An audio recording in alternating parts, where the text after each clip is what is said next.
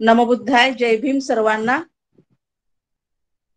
बांधवांनो, भारताच्या इतिहासात तथागत गौतम बुद्ध आणि बौद्ध साहित्य संस्कृतीचा इतिहास हा खूप महत्वाचा आहे.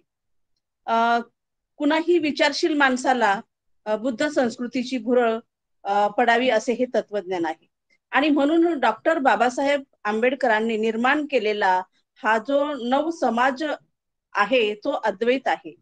अशा या सर्व महान क्रांतिकारकांना पंचम प्रणाम. महान समाज सुधारकांना त्रिवार वंदन. आणि आज आपल्या या कार्यक्रमामध्ये इथे जॉईन झालेले सर्व माझे धम्म बांधव आणि भगिनी यांना सर्वांना माझा सविनय नमोबुद्धाय. जय भीम. आज आपल्या या कार्यक्रमाची सुरुवात आपण त्रिसरण गाथेने सुरुवात करूयात. आणि मी त्रिसरण म्हणण्यासाठी रजनी अडसुळे ताई यांना विनंती करीते की त्यांनी त्रिसरण सुरू करावे.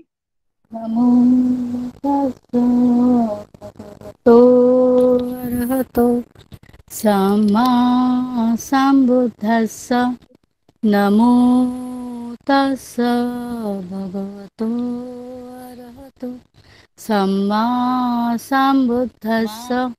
नमो तस्स भगवतो अरहतो सम्मा संबुद्धस्स. बुद्धं शरणं गच्छामि, धम्मं शरणं गच्छामि, संघं शरणं गच्छामि, द्वितीयंपि बुद्धं शरणं गच्छामि, द्वितीयंपि धम्मं शरणं गच्छामि, द्वितीयंपि संघं शरणं गच्छामि, तृतीयंपि बुद्धं शरणं गच्छामि, तृतीयंपि धम्मं शरणं गच्छामि, तृतीयंपि संघं शरणं गच्छामि. साधु साधु साधु. धन्यवाद ताई. संपूर्ण विश्वातील सर्वश्रेष्ठ अशा त्रिपिटकातील अद्वितीय असा जगातल्या अनेक भाषात भाषांतरित झालेला एकमेव धम्मपद हा ग्रंथ अट्टकथांच्या साह्याने धम्मसाखतच्या समूह ग्रुप प्रत्येक दर शनिवारी सायंकाळी 8 ते 9:30 वाजता या वेळेत त्रिपिटकांच्या अभ्यासकांच्या माध्यमातून ऑनलाईन पद्धतीने आपण सर्वजण या कार्यक्रमात उपस्थित झालेले आहात. आणि मी डॉक्टर छाया शिवाजी शिरसाट आपणा सर्वांचे सहर्ष स्वागत करत आहे. आज आपल्याकडे जे बहुआयामी व्यक्तिमत्व व्याख्यानासाठी आले आहेत. तर मित्रांनो, बांधवांनो, आपल्या परिवारातीलच ते सदस्य आहेत. ते आदर्श व्याख्याते आहेत. आदरणीय दयानंद मिसाळकर सर गेल्या 4 वर्षापासून सर MA च्या विद्यार्थ्यांना जातक कथा शिकवत आहेत. आणि त्याचबरोबर सरांचं 31 प्लॅन्स ऑफ एक्झिस्टन्स हा थिसेस अलीकडेच सरांनी सबमिट केलेला आहे. त्याचबरोबर आणि तो भाषांतरित होऊन लवकरात लवकर आपल्या सर्वांच्या हाती पोहोचेल अशी मी मंगलमेत्ता करते. त्याचबरोबर बांधवांनो, माणूस कोणत्याही जातीत जन्माला आला किंवा येतो हे महत्वाचं नाहीये. कारण तो कोणते विचार पेरतो आणि ते विचार पेरण्यासाठी मनाची एवढी मोठी उंची गाठायला सर्वांना जमत नाहीये. आणि म्हणूनच अशा ह्या व्यक्तिमत्वाचं आपण नक्कीच स्वागत करूयात आपल्या या कार्यक्रमामध्ये. त्याचबरोबर सरांनी जुलै 2021 पासून 10 महिने धम्मपद अट्टकथा ही ऑनलाईन मालिका आपल्यापर्यंत सरांच्या या अथक परिश्रमामधून सुरू होत आहे. आणि म्हणून सरांना आपण खूप खूप धन्यवाद करूयात. राष्ट्रीय व आंतरराष्ट्रीय स्तरावरती सरांनी आपले जे पेपर सबमिट केलेले आहेत त्यामध्ये म्हणजे सक्क यख नागा या पाली विषयातील व्यक्तिमत्वावर त्यांनी सादर केलेले आहेत. Sir DY commissioner of income tax या पदावर कार्यरत असून या सर्व सामाजिक कामामध्ये सर कधीही हिरिरीने सहभाग घेतात. आणि ती एक म्हणजेच भाग घेतात म्हणजेच काय तर ती स्वतःची एक जबाबदारी आहे असं ते समजतात किंवा ह्या दृष्टीने त्याकडे ते पाहत असतात. अशा या सर्वच कामाचं जर आपण मोल केलं तर आपल्याला मित्रांनो मोल करता येणार नाहीये. कारण म्हणजेच सरांचं हे जे काम आहे किंवा हे जे कार्य आहे ते म्हणजेच सध्या चालू असणारं बुलढाण्याला धम्मकिरण मेडिटेशन सेंटर जे आहे तर त्यावरती सर ट्रस्टी म्हणून कार्यरत आहेत. म्हणजे अशा प्रकारचं हे महान आदरणीय असं व्यक्तिमत्व आपल्याकडे आज आलेले आहेत सर. आणि सरांना मी अशी विनंती करीते की आजचं जे सरांचं व्याख्यान क्रमांक 46 सहस्वग्गो मध्ये सरांनी आपल्या या गाथेला आपल्या या व्याख्यानाला सुरुवात करावी. आणि सरांना मी नम्रपणे विनंती करते की सर आपण आपल्या व्याख्यानाला सुरुवात करावी. धन्यवाद सर. जय भीम. नमो बुद्धाय. नमो बुद्धाय सर. मॅडम मी आपला फार फार आभारी आहे. खूप जास्त स्तुती झाली पण काही हरकत नाही, त्यात बरंच तथ्य पण आहे. तर आजचं जे अट्टकथा आहे ना ती आहे तंब दाटिक चोर घातक वत्थू. आपण बघितलंय याच्या आधी पण इतक्या म्हणजे वेगवेगळ्या प्रकारच्या अट्टकथा आलेल्या आहेत की म्हणजे अंगावर शहारे येतात. आणि काय असं कसं होऊ शकतंय आणि इतके म्हणजे कसं सस्पेन्स म्हणू आपण किंवा अलंकारिक भाषा किंवा प्रसंग जेव्हा तुम्ही त्या इतिहासात जाताना जी अट्टकथा असते जेव्हा आपल्याला ती अट्टकथा वाचन करतो किंवा समजून घेतो आपण त्या युगात जातो आणि काय घडलं असेल हे जेव्हा तुम्ही सेन्स करता ना तो ते अनुभवाच्या पातळीवर म्हणजे स्वअनुभवाच्या पातळीवर जेव्हा ती अट्टकथा किंवा गाथा किंवा एखादा शब्द समजून घ्यायचा प्रयत्न करतो ना तर ते खूप म्हणजे हृदयापर्यंत म्हणू आपण किंवा मेंदूपर्यंत भिडतंय आणि त्या एका शब्दाचा किंवा त्या वातावरणाचा किंवा त्या गाथेचा अर्थ आपल्याला म्हणजे खूप म्हणजे गंभीरतेने समजतो. तसंच ही अट्टकथा आहे. जेव्हा पहिल्यांदा वाचली होती म्हणजे गेल्या 10 वर्षापूर्वी त्यावेळेसच अंगावर शहारे आले होते की असं पण होऊ शकतंय. तर ही जी अट्टकथा आहे ही आहे तंबदाठिक या व्यक्तीबद्दल. याला तंबदाठिक काय म्हणतात तर हा जो आहे हा तांबड्या केसाचा होता. पिंगट रंगाचा तांबडे केस होते त्याचे. त्यामुळे ऑड मॅन आउट किंवा समूहात तो एकदम वेगळा दिसत होता. तर या व्यक्तीच्या संदर्भात ही कथा बुद्धाने वेळूवनात दिलेली आहे. आपण जेव्हा पीपीटी बघू तेव्हा सविस्तर बघूच. आता मी तुम्हाला कथेचा सारांश सांगतोय. तर 499 चोरांचा दरोडेखोरांचा एक समूह होता. म्हणजे 500ला एक कमी एवढ्या दरोडेखोरांचा एक समूह होता. त्यांचा एक प्रधान होता. आणि हे लोक काय करायचे की गाव लुटायचे, गावातील लोकांची संपत्ती लुटायची आणि त्याच्यावर उदरनिर्वाह करायचे. तर त्या समूहामध्ये हा जो तंबदाठिक जो व्यक्ती आहे तो त्यांच्या प्रधानाला भेटला आणि त्यांनी सांगितलं की मला पण तुमच्या समूहामध्ये घ्या.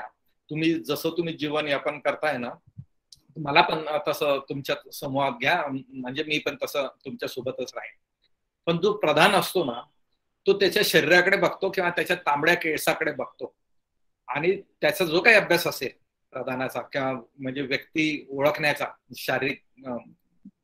शारीरिक लक्षणावरून तर त्यांनी खूप खतरनाक उदाहरण दिलंय की हा माणूस विश्वासघातकी आहे. हा म्हणजे आपण जेव्हा पालीत त्याची उपमा बघू ना ते नंतर सांगतो तुम्हाला.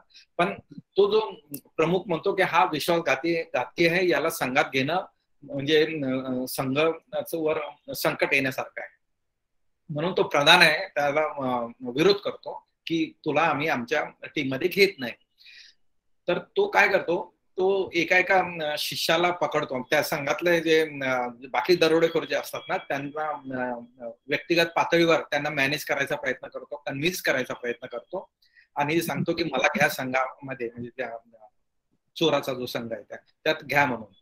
तर शेवटी मग ते लोक जो आहे त्यातला जो एक चोर जो आहे सदस्य तो प्रधानाकडे घेऊन जातो आणि सांगतो की याला घ्या, हा आपला फायद्याचा आहे, खूप हुशार आहे वगैरे वगैरे. आणि मग शेवटी प्रधान म्हणतो की आपले सदस्य सांगतात घ्या म्हणून खूप कन्व्हिन्स करतात म्हणून तो कबूल होतो प्रधान. आणि अशा प्रकारे ती जी 500 जणांची टीम तयार होते. पहिले 499 होते. हा तंबदाठिक आल्यामुळे 500 लोकांचं दरोडेखोराची टीम तयार होते आणि ते त्यांचं जीवनयापन करत असतात दरोडेखोर. पण पुढे काय होत आहे की राजा आपल्या जे सैनिकासोबत या लोकांना पकडतो, 500 लोकांना पकडतो. आणि त्यात असं दाखवलंय की गावकऱ्यांची पण मदत घेतलेली आहे पकडताना. तर या सगळ्यांना पकडल्या जात आहे 500 लोकांना, आणि राजासमोर आणल्या जात आहे, अमात्यासमोर किंवा न्यायाधीश म्हणू आपण, त्याच्यासमोर आणल्या जात आहे. आणि तो त्यांना शिरच्छेदाची शिक्षा देतो, की परशु जो आहे, म्हणजे आपण कुऱ्हाडीने आहे ना त्याचं डोकं उडवायचं, अशी शिक्षा देतो. म्हणजे आता अमात्याने जे आहे ती शिक्षा फरमावलेली आहे की या 500 लोकांची डोकी उडवण्यात यावी, म्हणजे दंड दिलेला त्याने. आता हे लोक म्हणतात की एवढ्या 500 लोकांना उडवेल कोण, तेवढा माणूस पण पाहिजे ना एकदम एवढ्या लोकांना.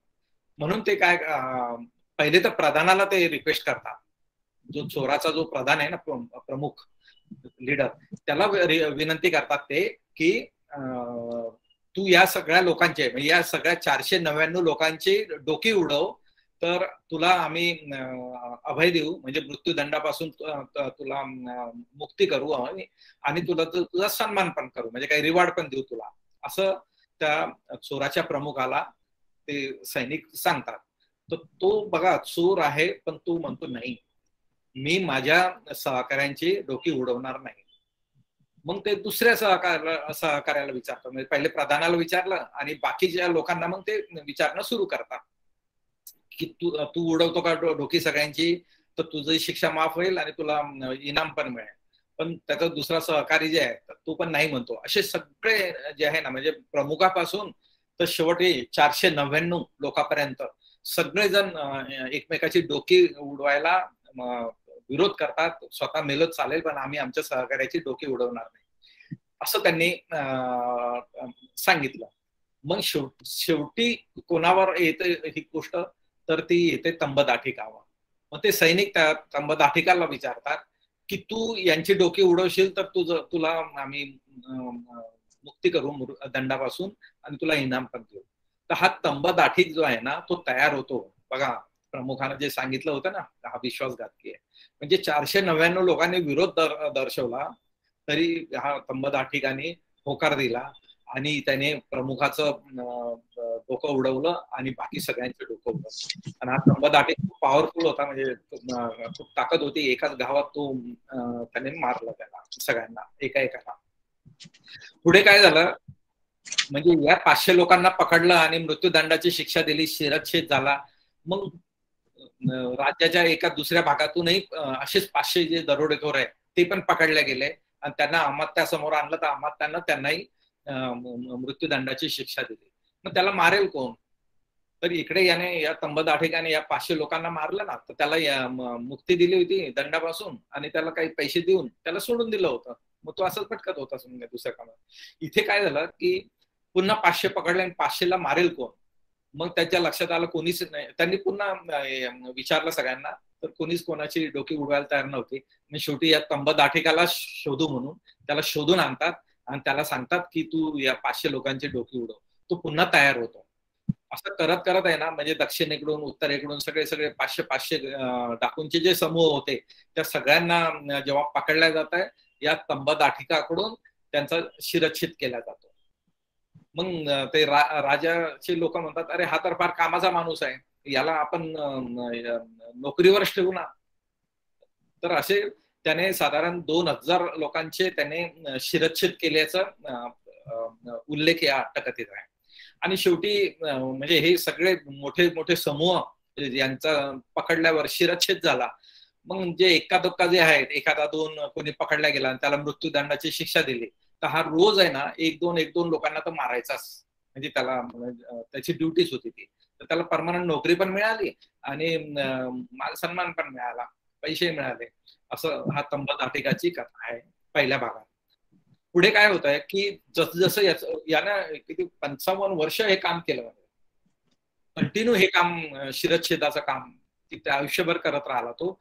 पण शेवटी जेव्हा तो म्हातारा होत चालला, तेव्हा त्याला एका गावामध्ये ना, पहिले एका गावातच तो शिरच्छेद करायचा, पण नंतर त्याला शिरच्छेद करायला ना 2-3 गाव करावं लागायचे मानेवर. आणि त्यामुळे काय आहे ना, तर समोरच्या व्यक्तीला खूप वेदना व्हायच्या है ना. एका दमात एका घावात जर 2 तुकडे झाले तर ठीक आहे, पण एकसारखे 2-3 घाव मारायला लागलं की तो खूप ओरडायचा ना तो माणूस ज्याचा शिरच्छेद करायचा. आणि ते बाकी लोक पण बघायचे तर त्यांनाही ते बघायला व्यवस्थित वाटत नव्हतं. मग लोक म्हणायला लागले की हा माणूस म्हातारा झालेला आहे, याला आहे ना तुम्ही नोकरीवरून काढा, कारण हा खूप हाल करून मारतो आता समोरच्यांना. तर शेवटी त्याला काढून टाकला जातं कामावर वयानुसार. जेव्हा मग याला काढून टाकलं, आता याला वाटतं काय करावं.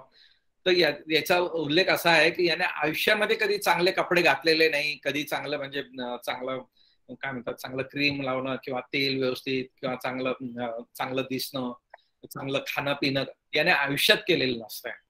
आणि आता त्याची नोकरी संपली म्हणून तो विचार करतो मी खूप दिवस झाले आहे ना, मी म्हणजे खीर वगैरे खाल्लं नाही, चांगले कपडे घातले नाही, का ना मी आता ते करू म्हणून तो आपल्या घरी सांगतो बायकोला की चांगलं खीर बनव आणि बाकी चांगले पंचपक्वान्न ते बनव.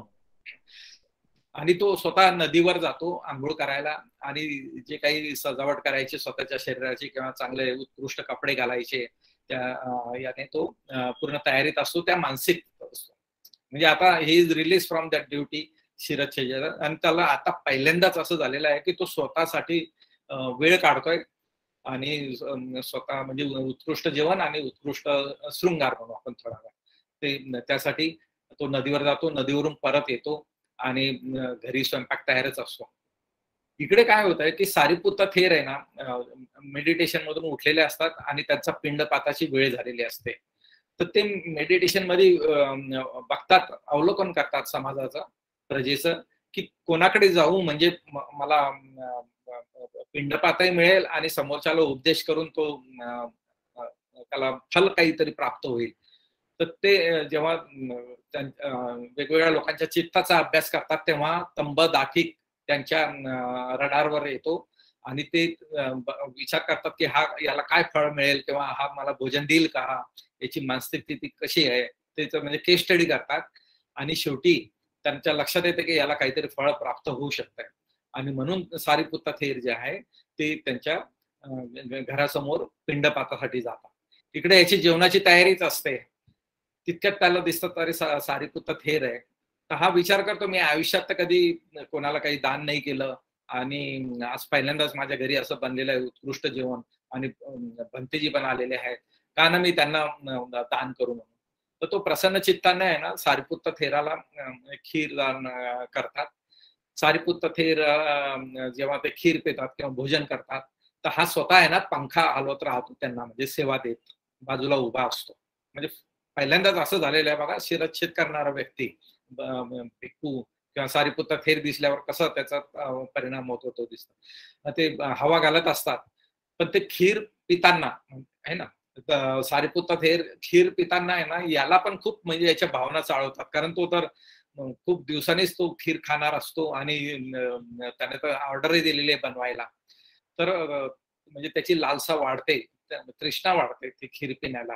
सारीपुत्त थेराला ते कळतंय, त्यांचं भोजन होत आहे. ते या तंब दाठिकला म्हणतात की आता तू भोजन कर किंवा खीर पी. आणि जेव्हा तो खीर पिणं सुरू करतो तो तंब दाठिक, तर सारीपुत्त थेर त्यातला जो सेवक असतो त्यांना सांगतो की मला पंखा नको घालू आता या तंब दाठिकला पंखा घाल, हवा हवा. तर त्याचा परिणाम असा झाला ना की तो म्हणजे खूप इमोशनल झाला. तुम्ही व्हिज्युअलाइज करू शकता तो प्रसंग कसा झाला असेल म्हणून. तर इकडे तुम्ही व्हिज्युअलाइज करा की जो तंब दाठिक आहे, जो नेहमी लोकांना क्रूरतेनं मारणारा आहे एक प्रोफेशन म्हणून, तो त्याच्या घरी भिक्खू म्हणजे सारीपुत्त थेर येतात आणि हा त्यांना भोजनदान करतो. म्हणजे त्याच्या चित्ताची अवस्था कशी बदलत चालली ते बघा. नंतर सारीपुत्त थेर म्हणतात नंतर की मला नको हवा देऊ पंख्याची, या तंब दाठिकला दे. तर खूप म्हणजे इमोशनल आहे किंवा ते वातावरण खूप म्हणजे पवित्र होत चाललेलं आहे असं आपल्याला दिसतंय. नंतर जेव्हा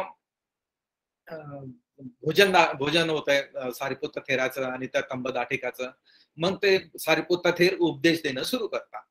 उपदेश देणं सुरू करताना ना याचं लक्षच लागत नाही तंब दाठिकाचं, कारण त्याच्या डोक्यात तर असं आहे ना मी एवढं पाप केलेलं आहे, मी एवढ्या लोकांना मारलेलं आहे, तो त्या विचारात असतो. आणि हे उपदेश देत आहे, तर मी तर खूप पाप केलेलं आहे. सारिपुत्त थेराला ते लक्षात येत आहे की याचं काही लक्ष लागून नाही राहिलं माझ्या उपदेशामध्ये. म्हणून ते काय म्हणतात की तुझं लक्ष नाहीये काय, तुझं काय कारण आहे की तू उपदेशाकडे लक्ष जात नाही. तर तो तंबदाठीक म्हणतो की या कारणामुळे माझं मला म्हणजे पाप भावना निर्माण झालेली आहे आणि माझं ध्यानात लक्ष नाही. तर सारिपुत्त थेरे आहे ना, एक थेरपिस्ट कसे आहे ते सांग. तर ते म्हणतात मला एक सांग की तू एवढ्या हत्या केल्या, तू स्वतःहून केल्या की तुला काही आदेश मिळाला, दुसऱ्याच्या सांगण्यावरून केला. तो म्हणे राजाने मला सांगितलेलं आहे म्हणून मी हत्या केल्या. पण सारिपुत्त थेर म्हणतात राजाने सांगितलं ना, तू तर स्वतःहून नाही गेलं ना, मग तू कशाला चिंता करतो, तुला पाप लागणार नाही. हे फक्त समजून सांगण्यासाठी त्याला दॅट इज ट्रीटमेंट. ठीक आहे. मग त्याला वाटतं अरे मी तर पापी नाहीये, मला तर आदेश दिला म्हणून मी हत्या केली, मी आपण माझ्या स्वार्थासाठी हत्या नाही केली असं त्याच्या मनात येत आहे.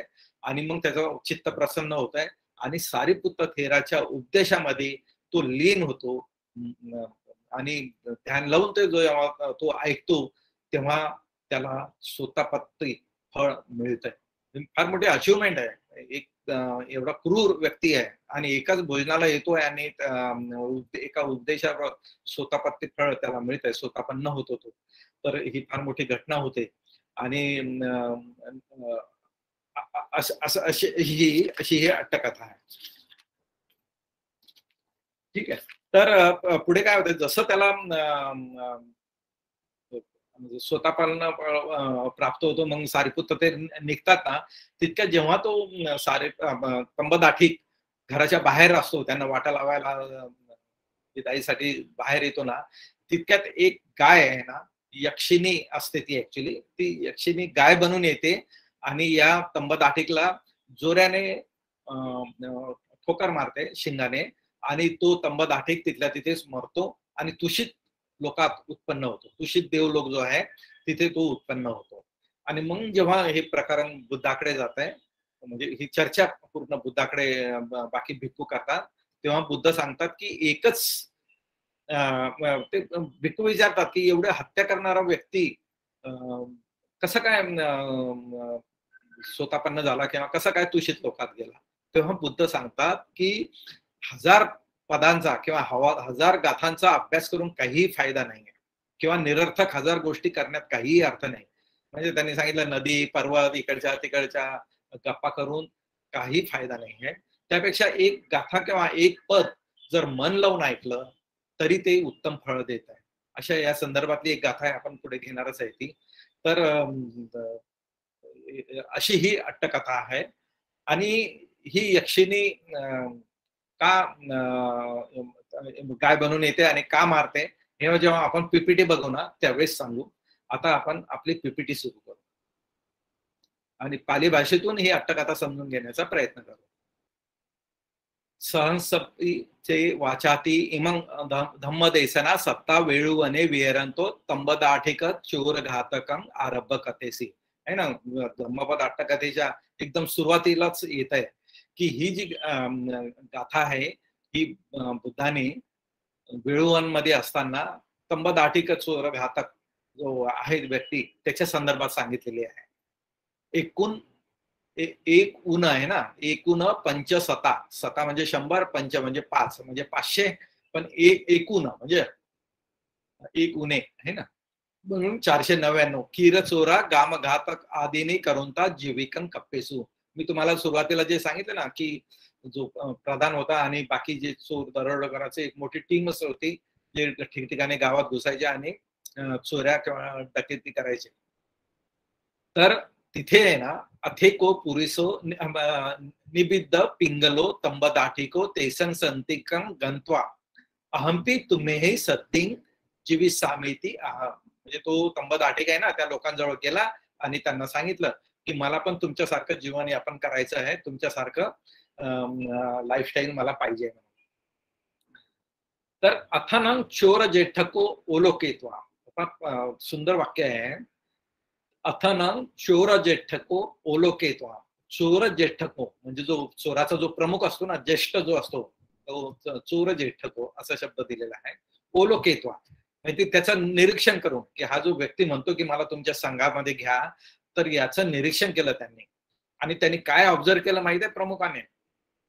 अयं मातु थनं छिंदित्वा पितु वा गललोहितं निहरित्वा खादन सम्मतो अतिखळोती चिंतेत्वा नथे तस्स अम्माकन संतिके वसन किंचंती पट्टी खिपी. याचा अर्थ काय माहिती आहे का? मी लाल अक्षरात जे हे केलेलं आहे, अयं मातुं थनं छिंदित्वा, म्हणजे हा मातेचं स्तन कापून, म्हणजे ही जो तंबदाठिक आहे ना, ही व्यक्ती जी आहे त्याच्या काय म्हणतात पेहरावरून का त्याच्या चेहऱ्यावरून म्हणा केसावरून तो असा अंदाज बांधतो तो प्रधान कसा, अयं मातु थनं छिंदित्वा, हा आपल्या आईचं स्तन कापून किंवा वा आलंय ते, किंवा पितू गल लोहितन निहरित्वा, किंवा पित्याच्या गळाचा म्हणजे रक्त काढून खादन समजतो असं सांगितलं त्यांनी. म्हणजे ही व्यक्ती अशी इतकी खतरनाक आहे, म्हणजे अतिखळो जे शब्द वापरलेला आहे, ही व्यक्ती एवढी क्रूर आहे, एवढी खतरनाक आहे की हा तर आपल्या आईच्या स्तन कापून तिथलं रक्त पिऊत, किंवा वडिलाचं गळा कापून त्यांचं रक्त पित, एवढा हा असा विचार केला त्यांनी त्या चोराने. आणि एकदम व्यवस्थित विचार केला. ते पण म्हणजे त्याला अप्रिशिएट करावं लागेल आपल्याला की कसं म्हणजे शरीरावरून लक्षणं कळतात आपल्याला स्वभावाची. नथे तसं अम्माकन संतिके वसन किच्चती, त्याला मी आमच्या संघामध्ये त्याला स्थान देणार नाही असं त्याचा अर्थ आहे. आणि त्याला परत पाठवलं पटिखिपी. नेक्स्ट,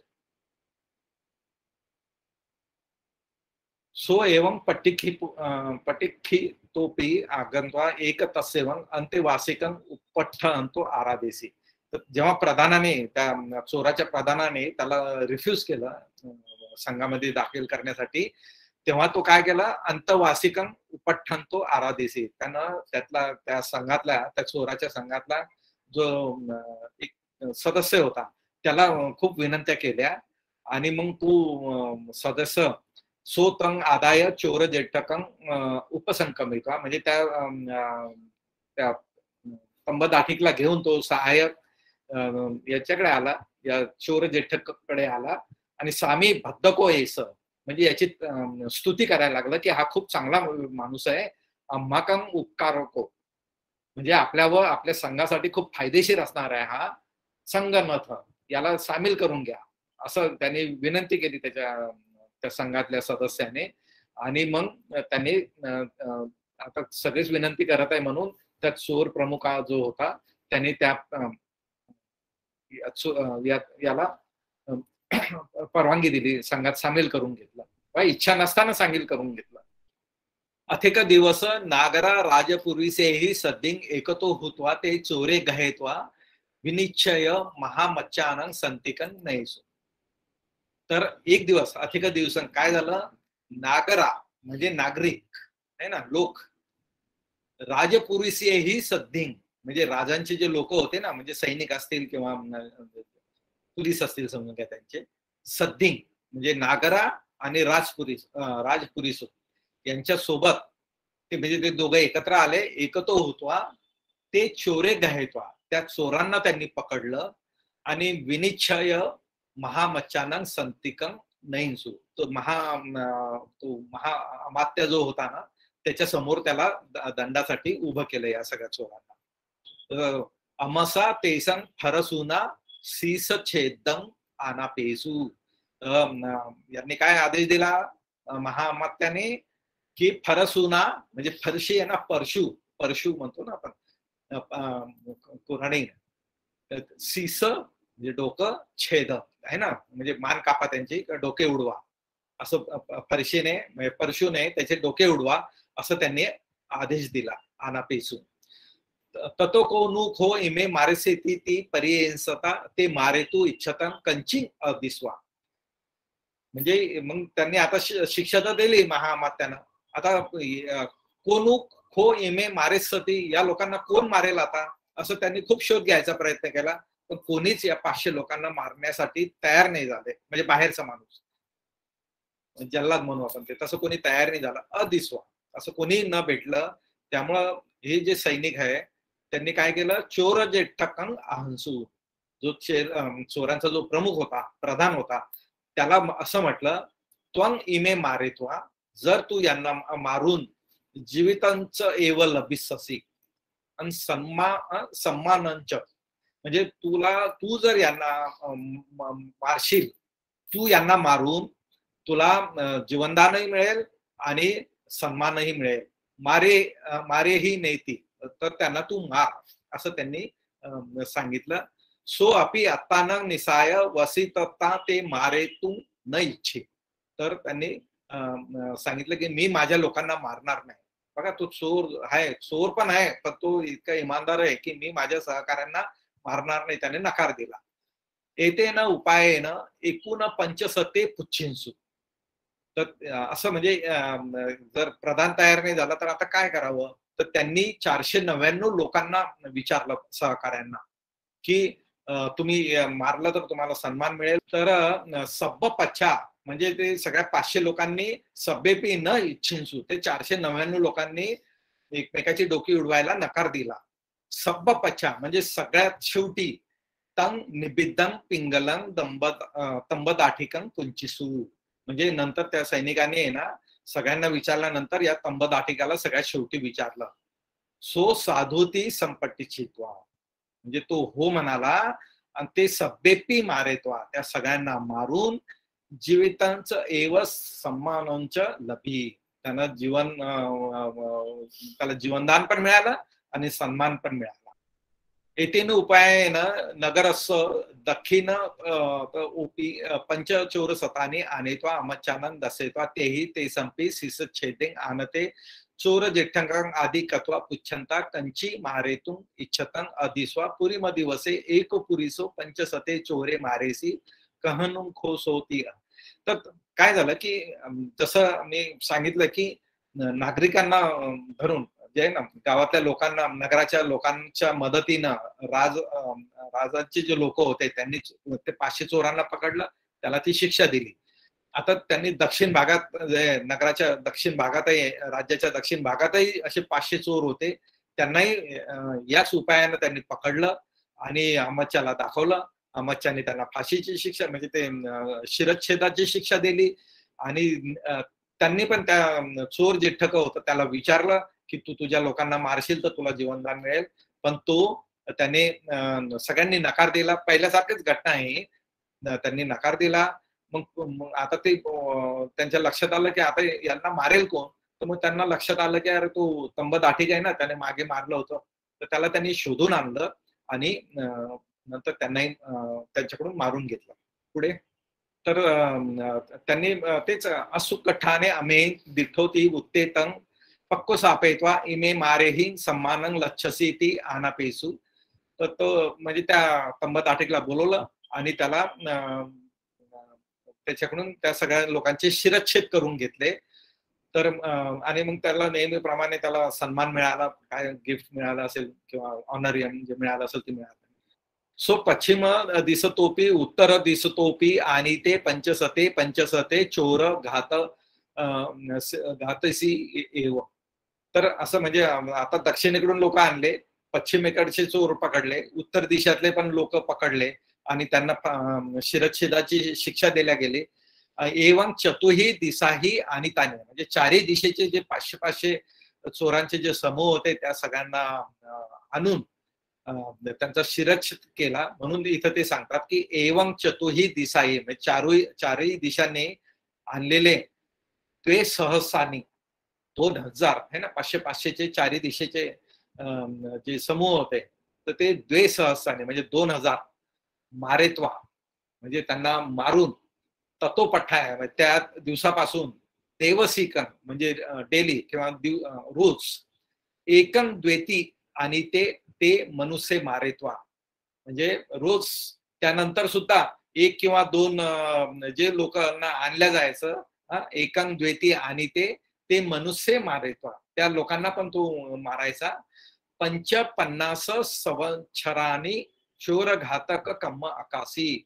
हा तंबदाठिकनं ही जी नोकरी केलेली आहे किंवा ही जी सेवा दिलेली आहे, किती वर्ष दिलेली आहे? 55.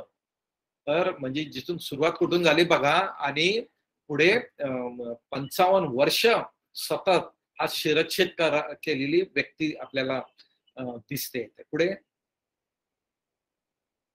सो महलक काले एक पहारेव सीसम छिद्दिंतु न शक्नोति द्वे तयो वारे पहरंतो मनुष्य किलमेती.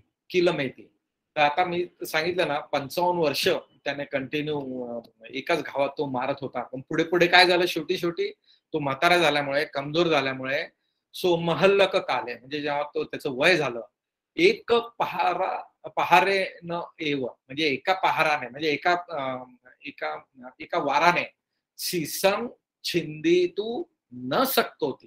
तर तो एका प्रहारात तो डोकं कापू शकत नव्हता. तर काय करत होता तो? द्वे तयो वारे पहरंतो. 2-3 वार करत होता. आणि मनुष्य किलमेती, त्यामुळे आहे ना, मनुष्याला ज्याचा शिरच्छेद होत होता त्या मनुष्यांना खूप वेदना होत होत्या. नागरा चिंतईसू म्हणजे मग लोक विचार करायला लागले, बोलायला लागले की अयोपी चोर घातको उपजीसती. आता दुसरा चोर घातक आपण बघायला पाहिजे. हा आता वयस्कर झालेला आहे. अयं अतिवीय मनुष्य किलमेती किंग इमिना की ती तसं ठाणंतरंग हरिसू. आता याचं इथं काय काम आहे? हा एका गावात मारू शकत नाही, तर आपण आता दुसरी व्यक्ती बघायला पाहिजे चोर घातक म्हणून, असं लोक आपसात चर्चा करायला लागले. पुढे सो पुबे चोर घातक कम्मंग करून तो, हा पुढे मी सांगितलं त्याची नोकरी गेली. नंतर मग आता त्याला असं वाटलं आता काय करावं. तर याच्यात ते महत्वाचं वाक्य आहे की सो पुबे चोर घातक कम्मंग करून तो, म्हणजे पूर्वी हे गुन्ह्यांचा शिरच्छेद करायचा, चोरांचा शिरच्छेद करायचं जे काम करत होतो ना, तर अहत साटके निवासेतून नवसप्पिना संकंत खीर यागुम पिविंतू. म्हणजे अहत साटके आहे ना, म्हणजे एक चांगले कपडे घालणं, नवसप्पिना संकंत खीर यागुम पिविंतू आहे ना, चांगलं खीर किंवा चांगले पेय पिणे. सुमन पुफ्फाने पिलंधितू आहे ना, वेगवेगळे फुलं किंवा सुगंधी वस्तू धारण करणं. गंधे विलंपेतू आहे ना, जे परफ्यूम वगैरे आहे, अत्तर वगैरे जे आहे, सुवासिक जे आहेत आहे ना, चांगलं तेल आहे, चांगलं क्रीम आहे. इंती इमानी चत्तारी न लभी. या चोर घातक कामामुळे ना त्याने चांगले कपडे घातले नाही, चांगलं जेवण वगैरे केलं नाही, चांगले फुलं वगैरे किंवा चांगलं त्याने म्हणजे स्वतःच्या शरीराची कधी सजावट केली नाही. सो ठाणा चवित दिवस आहे, म्हणून त्याला असं वाटलं की आता आपण आहे ना कधीतरी चांगले कपडे घालू, चांगलं भोजन करू. त्या अर्थाने हे पीपीटी कंटेंट्स आहे. सो ठाणा चवित दिवसे खीर यागुंग मे पचताती वत्वा अहत वत्थ सुमन माला विलेपनाने गहापेत्वा नदीं गंतवा. नदीवर गेला तो, ते म्हणजे हे चांगले कपडे चांगलं हे करण्यासाठी तो नदीवर गेला. नदीं गंतवा, नदीवर जाऊन नहत्वा, आंघोळ करून, अहतवत्थानी निवासेत्वा म्हणजे चांगले पोशाख करून, माला पिलंदित्वा आहे ना, चांगले हार किंवा फुलाचा हार घालून, गंधेही अनुलिप्त गतो असं म्हणजे चांगलं क्रीम वगैरे लावून, तेल वगैरे सुवासिक लावून, गेहंग आगंतवा निसिदी म्हणजे नदीवरून आंघोळ करून सगळे चांगले कपडे घालून सगळे सुवासिक द्रव लावून घरी आला आणि बसला. आता त्याला भोजन करायचं, घरी ऑर्डर दिलेलीच आहे त्याने जेवणाची. अथस नवसप्पिना संखत खीर यागुं पुर तो ठपेत्वा हत्त धोवन उदकंग आहानिसू. आता तो जेवायला बसणार आहे ना, तर त्याने हातावर पाणी आहे म्हणजे हात धुवायला पाणी मागितलं. ठीक आहे, पुढे आता हा झाला याचा पार्ट. मी तुम्हाला सांगितलं ना तिकडे काय झालं. तस्मिखने म्हणजे त्यावेळेस सारीपुत्त थेरो समापत्ती तो उठाया, समाधीतून उठून, सारीपुत्त थेर समाधीतून उठून, कथनुखो अज्जमया गंतव्यती. आता मी कुठे जायला पाहिजे म्हणजे पिंडपातासाठी, असं त्यांनी म्हणजे ध्यान करणं सुरू केलं, केस स्टडी सुरू केला. अत्तनो भिक्काचारंग ओळखेंतो तस्स गेहे खीर यागू दिसवा म्हणजे याच्या घरात खीर दिसून करिसती नु खो मे पुरीसो संगती उपधारेंतो मग दिसवा मम संघ करिसती. तर त्यांनी मग विचार केला की हा जर मी याच्या घरी गेलो तर हा मला याच्या घरात बनवलेली खीर मला म्हणजे दान करेल का, असं ते म्हणजे इज थिंकिंग म्हणतात करीत्वाचं. पण मग त्यांना लक्षात आलं की हो, हा तंब दाठिक आहे ना, याच्या घरी जर गेलो तर हा मला खीरदान करेल आणि महासंपत्ती लभिसती, याला या तंब दाठिकाला काय होईल, महासंपत्तीचा लाभ होईल. अयं कुलपत्तोती ज्ञात्वा, म्हणजे मेडिटेशन मध्ये त्यांनी ते विचार करून की असं असं होईल आणि याला याचं असं असं फळ मिळेल, असं त्यांनी पहिले केस स्टडी केला सारिपुत्त थेराने. समाधीमधून उठून, ध्यानामधून उठून चिवरंग पारोपित्वा, आपलं चिवर व्यवस्थित नेसून, पत्तंग आदाया, आपलं पात्र घेऊन, तस्स गेहदारे ठितमेव अत्तानंद असेसी, म्हणजे त्याच्या घरासमोर असे काही उभे राहिले की त्या तंब दाठिकाला याचं दर्शन होईल, म्हणजे सारिपुत्त थेर दिसतील.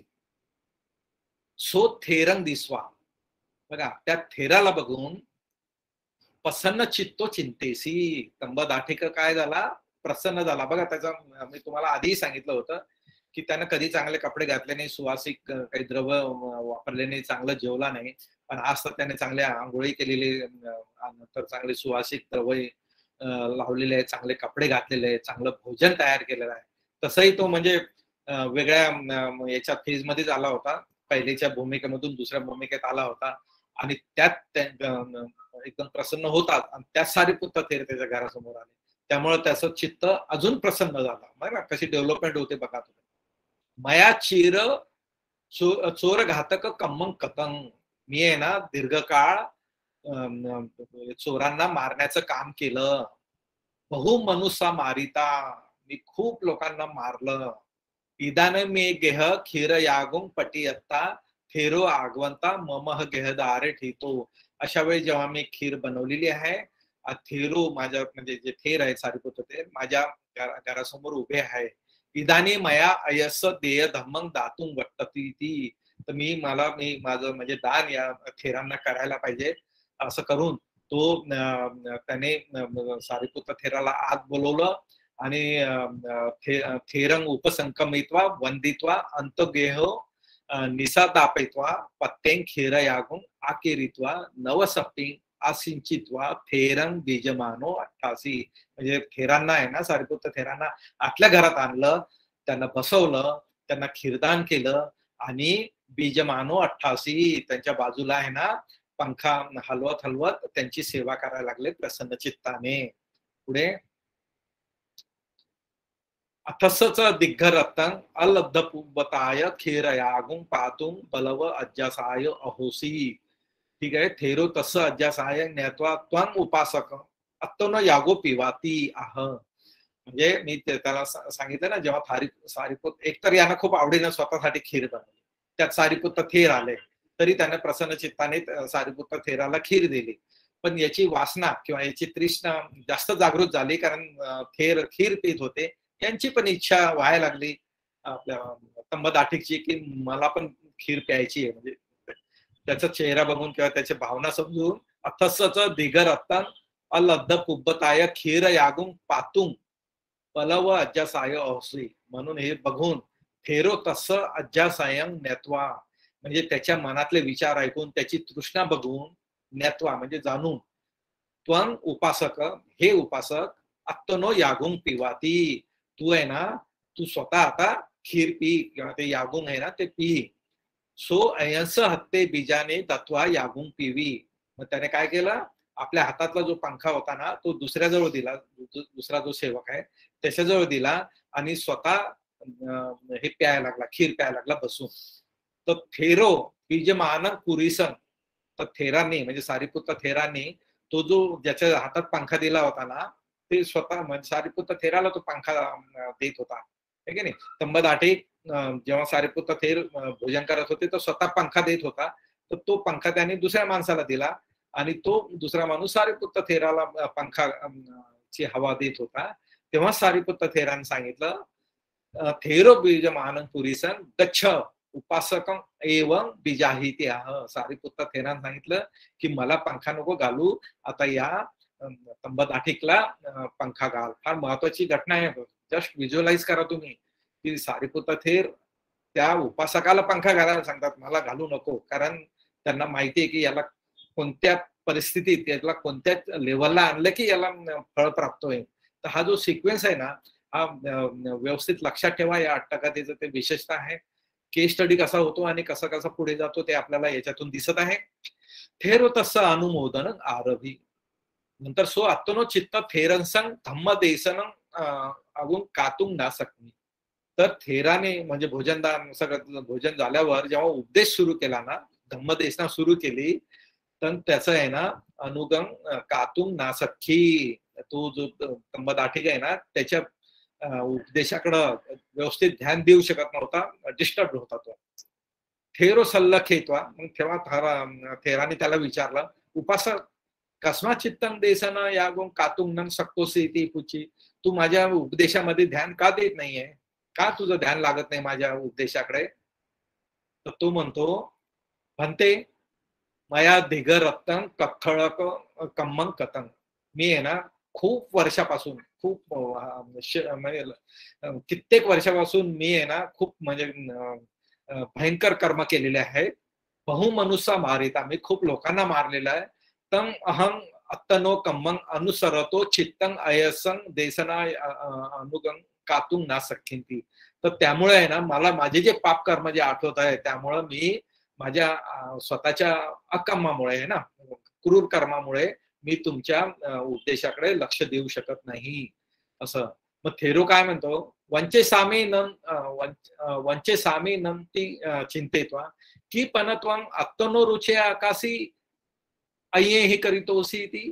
म्हणजे त्यांनी सांगितलं की तू हे जे कर्म करत होता तो अत्तनो रुचे, म्हणजे तुला आवडत होतं म्हणून किंवा तू स्वतःहून ते काम करत होते आकाशी, की अय्ये ही करीतोसी, किंवा दुसऱ्याने तुला सांगितलेलं आहे, असं ते सारीपुत्त थेर विचारतात. पुढे राजा मग कारेसी. राजाने माझ्याकडून करून घेतलेला आहे बनते. मग की न हो तो उपासकं एवं संते अकुशलं होती ती. मग तू याच्यात अकुशल कुठे झाला, तू थोडी स्वतःहून केलं, तुझ्या चित्तात थोडी उत्पन्न झालं की मी यांना मारतो आणि मला आनंद मिळतो. तू तर तुझी ड्युटी करत होता, राजाने तुला आदेश दिला, तू राजाचा नोकर आहे, त्यामुळे ते पाप तुला लागणार नाही. ठीक आहे, असं त्यांनी त्याला सांगितलं.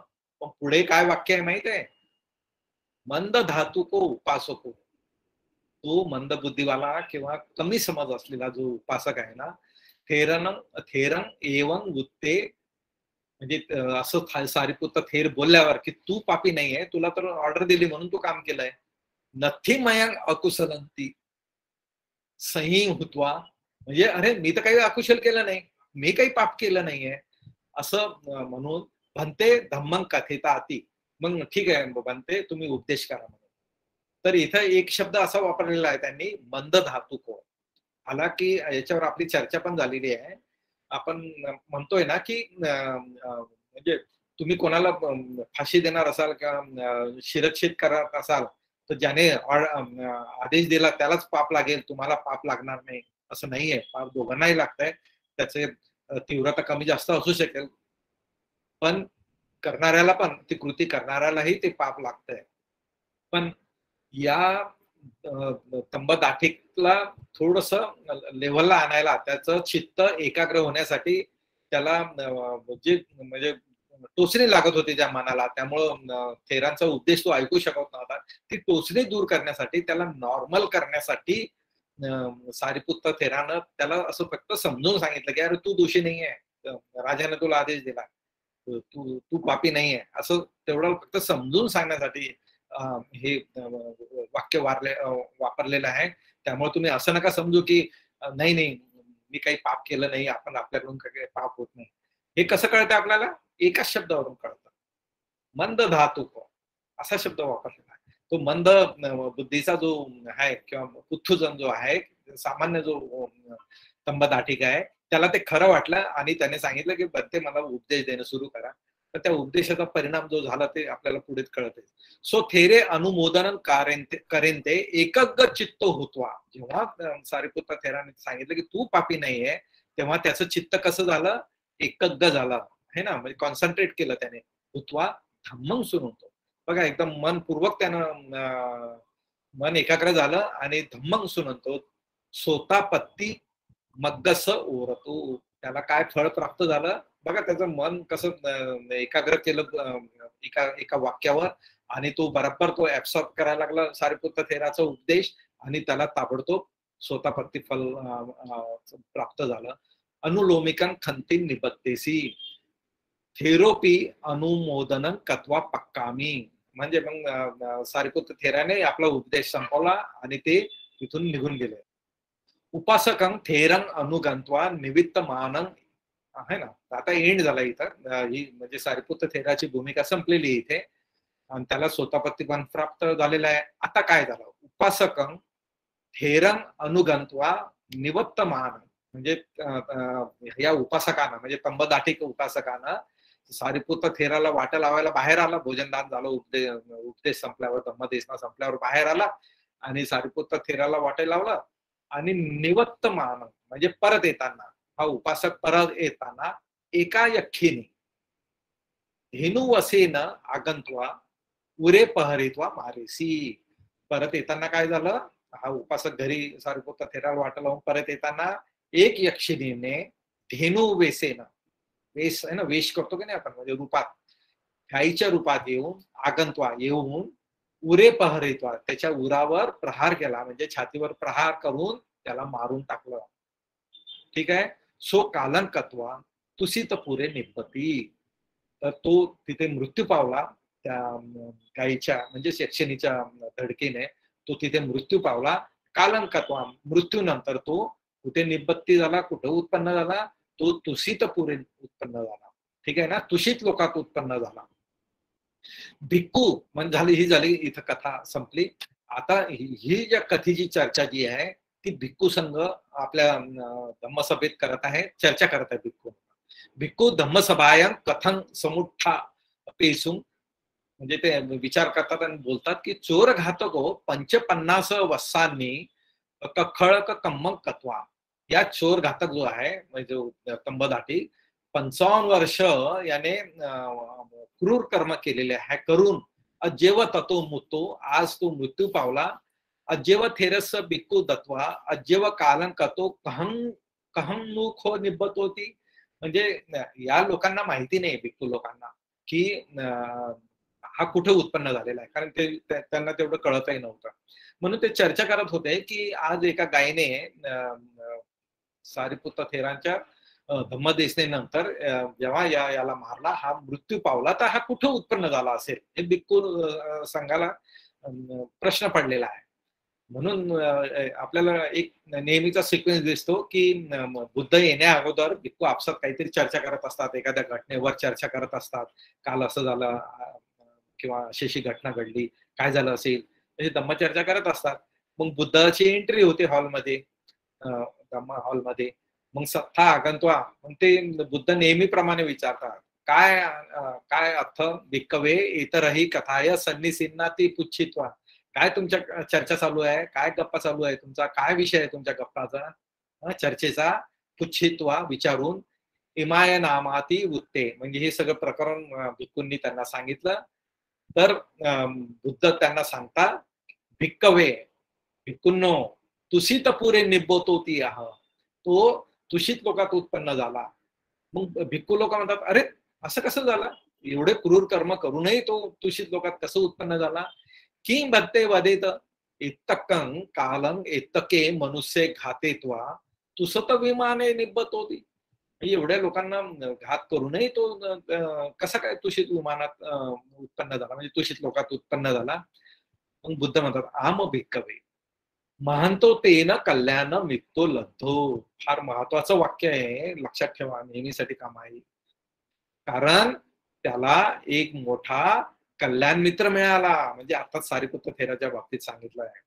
आम भिक्खवे महंतो तेन कल्याण मित्तो लब्धो.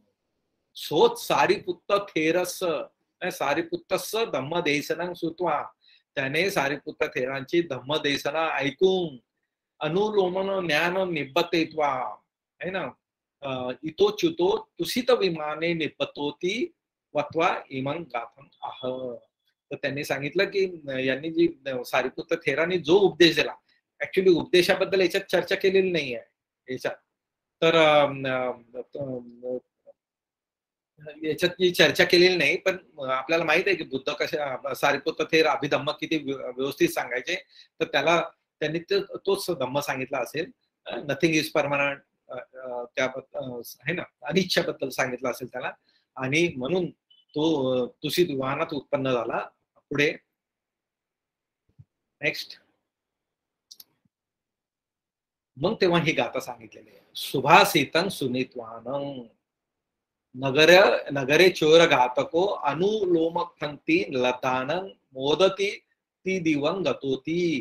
तर त्यांनी ते म्हणजे ही गाथा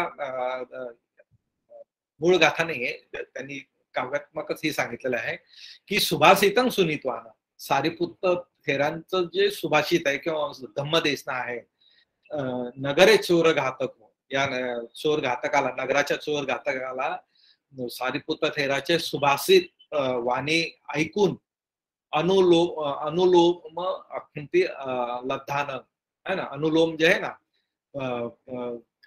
आपण जे म्हणू ना की उत्पन्न होणं, लय होणं, उत्पन्न होणं, स्थिर राहणं, लय होणं, या संदर्भात सांगितलेलं आहे. मोदती, त्यामुळे त्याला त्याचा आनंद झाला आणि तो ती दिवं गतो असं सांगितलं त्यांनी.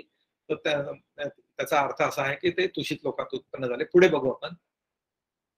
म्हणते अनुमोदनं कथां नामं न बलवा तेनं कथं अकुशल कमंग महंतं कथ येते केनं विशेषण निबद्धतेसी. तर तेव्हा ते म्हणतात की नुसतं एक अनुमोदन म्हणजे हा उपदेश मोठा आहे की त्यानं केलेले अकुशल कर्म मोठे आहेत. कथं एतकेनं विशेषण निबद्धतेसी, त्याने एवढे दिवस अकुशल कर्म केले आणि एकच उपदेश ऐकला, धम्मदेशना ऐकले, तर त्याला एक असं कसं फळ मिळालं. मग अकुशल कर्म महत्वाचे आहे की धम्मदेशना महत्वाचे, म्हणजे खूप असं. तर त्या संदर्भात ही बुद्धाने गाथा सांगितलेली आहे, जी धम्मपद अट्टकथाची मुख्य गाथा आहे. सठा की भिक्कवे माया देसी धम्मस. हा तुम्ही काय गोष्ट करताय, तुम्ही काय बोलताय, माझा जो धम्म आहे, ठीक आहे, मी दिलेला धम्म आहे, आपण वा बहु वाती मा पमानं गणंत. म्हणजे मी दिलेला धम्म आहे हा, म्हणजे थोडक्यात सांगितलेला आहे की सविस्तर सांगितलेला आहे, एक गाथा सांगितलेली आहे की 1000 गाथा सांगितलेल्या आहे. या म्हणजे त्याच्या साईज वर जाऊ नका, ठीक आहे ना, त्याच्या आकारावर जाऊ नका की मी दिवसभर मी खूप गाथा ऐकल्या किंवा खूप सुत्त वाचले, ऐकले, मनन केलं, आणि एकाने तर एकच सुत्त किंवा गाथा ऐकली किंवा मनन केली. तर साईज वर जाऊ नका, त्याच्या संख्येवर जाऊ नका, ठीक आहे. एक वाचापी ही अथ निश्चिता सेयावाती वत्वा अनुसंधी घटेत्वा धम्म देसेतो इमं गाथा. तर एक वाक्य किंवा एक पद जे आहे, एक गाथा जी आहे, एक शब्द जो आहे, तोही पुरेसा असतो धम्म च्या वरची पायरी मिळण्यासाठी, असा त्याचा अर्थ आहे. पुढे ती गाथा आलेली आहे, याच अर्थाची गाथा आहे पुढे. सहसंपी ते वाचा अनर्थ पदं संहिता एकं अर्थ पदं सेयो यंग सुत्वा उपसंमती. म्हणजे मी आता जे सांगितलेलं आहे की 1000 तुम्ही गाथा वाचता किंवा त्याचं मनन पठन करता किंवा 1000 म्हणजे फालतू गोष्टीवर, म्हणजे निरर्थक गोष्टीवर तुम्ही वेळ घालवता. म्हणजे त्यांनी उदाहरण दिलेलं आहे, नदीवर बोला, पहाडावर, पर्वतावर बोला, आकाशावर बोला, याच्यावर बोला, त्याच्यावर, अशा 1000 निरर्थक गोष्टी महत्वाच्या नाहीये. अनर्थ पद संहिता 1000 तुम्ही त्याचं वाचन करा किंवा मनन करा, त्याने काही साध्य होत नाही.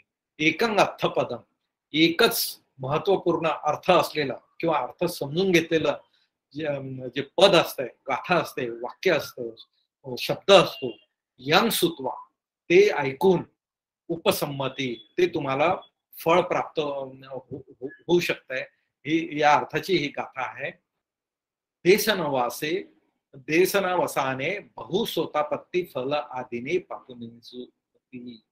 तर हा जेव्हा उपदेश केला तेव्हा तो जो भिक्खू संघ ज्यांना प्रश्न पडले होते की काय झालं, कुठे उत्पन्न झाला, आणि त्यांना तर वाटलं तो नरकातच गेला असेल. मग त्यांनी बुद्धांना प्रश्न विचारले, हे असं कसं, त्याचे अकम्म कुठे गेले, काय गेले. तर त्या संदर्भात मग जेव्हा चर्चा झाली, बुद्धांनी त्या एका पदाचं महत्व सांगितलं, तेव्हा त्या जेव्हा तो उपदेश केला बुद्धाने, तो भिक्खू संघामधले बहुतेक जे भिक्खू आहे, बहु सोतापत्ती फल आदीनी पाकुनिंसु, त्यांना सोतापत्ती फळ प्राप्त झालं. बघा तिकडे सारिपुत्त थेराने एका व्यक्तिगत पातळीवर एकाला त्या पदापर्यंत पोहोचून देण्यात मदत केली, आणि इथे बुद्धांनी तोच प्रसंग घेऊन कित्येक भिक्खूंना त्यांनी त्या पदापर्यंत पोहोचण्यास मदत केली. असं हे महत्वाचं अट्टकथा होती, आणि याचं त्याचं फळ पण मिळालं भिक्खूंना याच्यावर चर्चा केल्यानंतर. तर एक विषय असा आहे की ती यक्षिणी जी आहे, का आली, कोण यक्षिणी आहे, का ते गाईच्या रूपात आली, का त्याला मारलं, काही कारण असेल ना. कारण मला पण जेव्हा मी अभ्यास करत होतो याचा, तर मला खूप म्हणजे नवल वाटायचं, असं कसं एक यक्षिणी आले मारलं काय बनवून, काय कारण. तर ते कारण आपल्याला अट्टकथेमध्येच मिळतं. याच्या आधीची जी अट्टकथा आहे, ठीक आहे, सुप्प बुद्ध कुठ्ठी बालवकामधली आहे, 5.7 नंबरची जी अट्टकथा आहे, सुप्प बुद्ध कुठ्ठी झालेली आहे आपली, त्यात ही सगळी कारणं आलेली आहे. मी तुम्हाला रिपीट करतोय ते. तर 4 लोक होते त्यावेळेस. ते गायीने का धक्का मारला, म्हणजे त्या यक्षिणीने त्या तंबदाठिकाला का मारलं, मी रिपीट करतो ती स्टोरी. तर पुक्कुसाती कुलपुत्त बाह्य दारुचेरिय तंबदाठिक चोर घातक आणि सुप्प बुद्ध कुठ्ठी. तर हे 4 लोक जे होते ना, यांच्या अट्टकथा आपल्याला धम्मपद अट्टकथामध्ये मिळतो. आपण सुप्प बुद्ध कुठ्ठी बालवगामध्ये झालेलीच आहे. आज तंबदाठिक चोर घातक सहसवगामधली आज घेतलेली आहे आपण. बाह्य दारुचेरी आपल्याला पुढच्या आठवड्यात या थेराची माहिती कळणार आहे आपल्याला पुढच्या वेळेस आहे असं, आणि पुक्कुसाती पण पुढे होईल. तर हे 4 लोक आहे ना, यांनी काय केलं की नगरात काहीतरी एक सण होता, एक उत्सव होता. तर त्यांनी एका स्त्रीला, म्हणजे गणिका म्हणू किंवा वेश्या म्हणू, तिला त्यांनी तिच्याशी कॉन्टॅक्ट केला, तिला भाड्याने घेतलं किंवा तिच्या सर्व्हिसेस हायर केल्या. म्हणजे ती जी गणिका आहे, जी वेश्या आहे, तिला या चौघांनी तिला उद्यानात नेलं, दिवसभर तिच्यासोबत सुख भोगली त्यांनी दिवसभर. आणि संध्याकाळी जेव्हा तिला पैसे द्यायची वेळ आली, थोडा अंधार पडला होता, त्यावेळेस त्यांनी काय केलं, त्यांची नियत बिघडली या 4 लोकांची, म्हणजे आधीच्या जन्मातली सांगतो. आणि त्यांनी म्हणजे तिला पैसे देण्याचं तर सोडाच, पण त्या स्त्रीने, त्या गणिकेने जे काही दागिने वगैरे घालून आले होते तर ते लुटायचं ठरवलं, आणि तिचे दागिने लुटले आणि तिला मारायचा प्रयत्न करायला लागले. तर ती म्हणे, तुम्ही माझी, म्हणजे माझं देण्यात आणा पण नाही दिला, माझी फी पण नाही दिली, ती जाऊ द्या, पण तुम्ही माझे दागिने कशाला घेता, तर तेही जाऊ द्या, पण मला मारू तरी नका ना. तरी या लोकांनी ऐकलं नाही, आणि यांनी तिला त्या उद्यानात मारून टाकलं होतं. ठीक आहे. आणि त्यामुळे ती मृत्यू समय तिने तिच्या मनात अशी द्वेष भावना तयार झाली होती की मी या लोकांचा बदला घेईन, मी यक्षिणी बनेन आणि यांना मारून टाकेन, असं तिने अधिष्ठान केलं होतं. त्यामुळे जेव्हा ती मृत्यू पावली तेव्हा ती यक्षिणी म्हणून उत्पन्न झाली, आणि तेव्हापासून तिला जेव्हा संधी मिळेल तेव्हा ती या लोकांना मारत होती.